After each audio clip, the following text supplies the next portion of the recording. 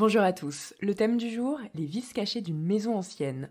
Pour les détecter et savoir comment s'en sortir, je reçois Ganaëlle Soussan, avocate spécialisée en droit de l'immobilier.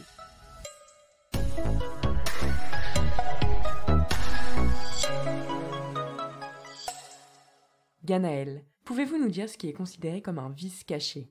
On va considérer comme un vice caché un défaut de la maison qui soit la rendrait complètement inhabitable, soit diminuerait de manière très conséquente la possibilité de l'habiter et d'y vivre normalement. Évidemment, ça c'est le vice, donc c'est un défaut, et le vice caché, c'est le vice que l'on n'a pas pu déceler lors des visites avant l'achat, avant la signature chez le notaire. Très bien, et comment détecter pendant la visite des vices cachés ? Est-ce qu'il y a des astuces ? Est-ce qu'il faut être plus attentif à certaines choses ?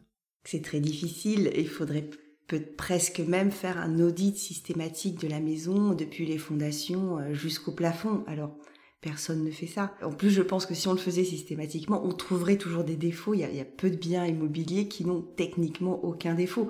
Pour autant, ils tiennent debout et on vit très bien à l'intérieur. Donc, être vigilant, effectivement, alors regardez. Par exemple, on a dans les dossiers le lambris. Et le lambris est malheureusement souvent utilisé pour camoufler des choses. Camoufler des fissures, par exemple. On a aussi des faux plafonds. Et j'ai un dossier dans lequel, une fois que l'acheteur a retiré le faux plafond pour faire ses travaux, il a découvert une toiture complètement pourrie derrière. Donc, il y a peut-être comme ça des matériaux qui peuvent mettre la puce à l'oreille, mais c'est très compliqué. On ne va pas demander au vendeur de péter sa maison, de tout casser pour aller voir les structures. Donc de la vigilance, du bon sens, peut-être regarder si on a plusieurs maisons identiques autour, est-ce que les autres sont également en bon état ? On va déceler des défauts du sol. Si toutes les maisons du quartier sont fissurées et que la vôtre, celle que vous voulez acheter, le ravalement vient d'être refait, attention, c'est peut-être une alerte à avoir à ce moment-là.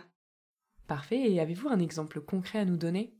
Oui, alors on a des dossiers, par exemple, dans lesquels des vendeurs ont été condamnés parce qu'ils avaient caché aux acquéreurs qu'il y avait un équipement, ou par exemple, en l'occurrence, je crois que c'était un chenil ou un élevage de poules, qui était extrêmement bruyant. Et donc, une fois que les acquéreurs sont rentrés dans les lieux, ils ont réalisé le problème. Alors, je pense qu'ils avaient visité simplement le week-end ou à des moments où l'activité de l'équipement voisin n'était pas intense et du coup, le bruit était moindre. En revanche, quand ils ont commencé à vivre au jour le jour dans les lieux, ils ont découvert cette difficulté.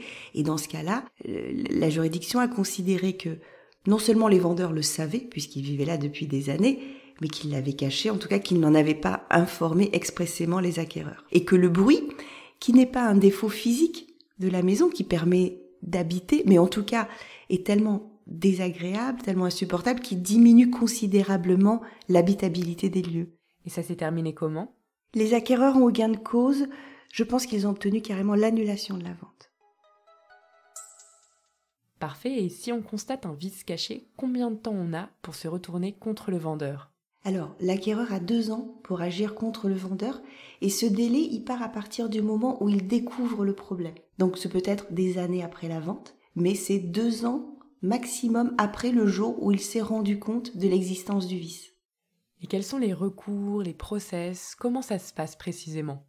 L'acquéreur malheureux qui va découvrir ça doit agir judiciairement contre son vendeur. Ça, c'est le moyen d'interrompre le délai de 2 ans. C'est un délai de prescription. Donc, il faut absolument faire une action judiciaire. C'est le seul moyen d'arrêter le délai. Ensuite, on passe généralement par une expertise judiciaire. Ça veut dire qu'on demande au tribunal de désigner un technicien du bâtiment qui sera impartial, qui n'est pas avec l'une ou l'autre des parties, et qui va se prononcer sur la gravité du vice. C'est ce qu'on se disait au début. Il faut que le défaut soit suffisamment grave pour rendre la maison impossible à vivre ou très difficile à vivre.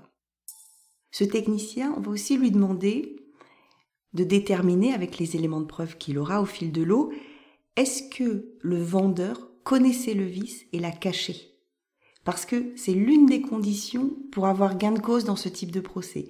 Si votre vendeur est de bonne foi, si c'est un particulier, on laisse à part le cas des professionnels, mais un vendeur qui est un particulier, qui est de bonne foi, ne sera pas tenu de vous garantir des vices cachés. Seul le vendeur de mauvaise foi, donc celui qui a camouflé avec le fameux lambris, les faux plafonds, etc.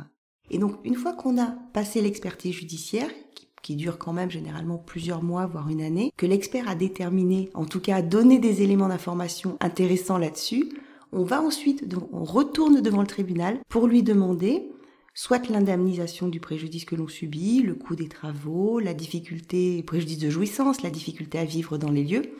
On peut même aussi aller jusqu'à l'annulation de la vente, si le vice est très important et que le vendeur particulier est de mauvaise foi. D'accord, et dans le cas d'une vente en l'état, est-ce que le vendeur est obligé d'indiquer la présence d'éventuels défauts ? Oui, de toute façon, quand on achète de l'ancien, on achète toujours en l'état. Maintenant, on peut avoir l'historique des travaux qui ont été réalisés, surtout s'ils ont moins de 10 ans, les assurances, etc. En tout cas, quand on est vendeur, on ne doit pas cacher les défauts.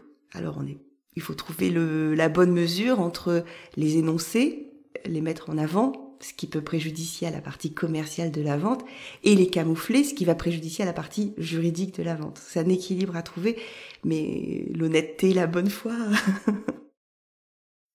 Merci beaucoup Ganaëlle d'avoir répondu à nos questions. Si vous avez aimé cet épisode, n'hésitez surtout pas à le partager autour de vous. C'était l'immobilier décrypté par Se Loger.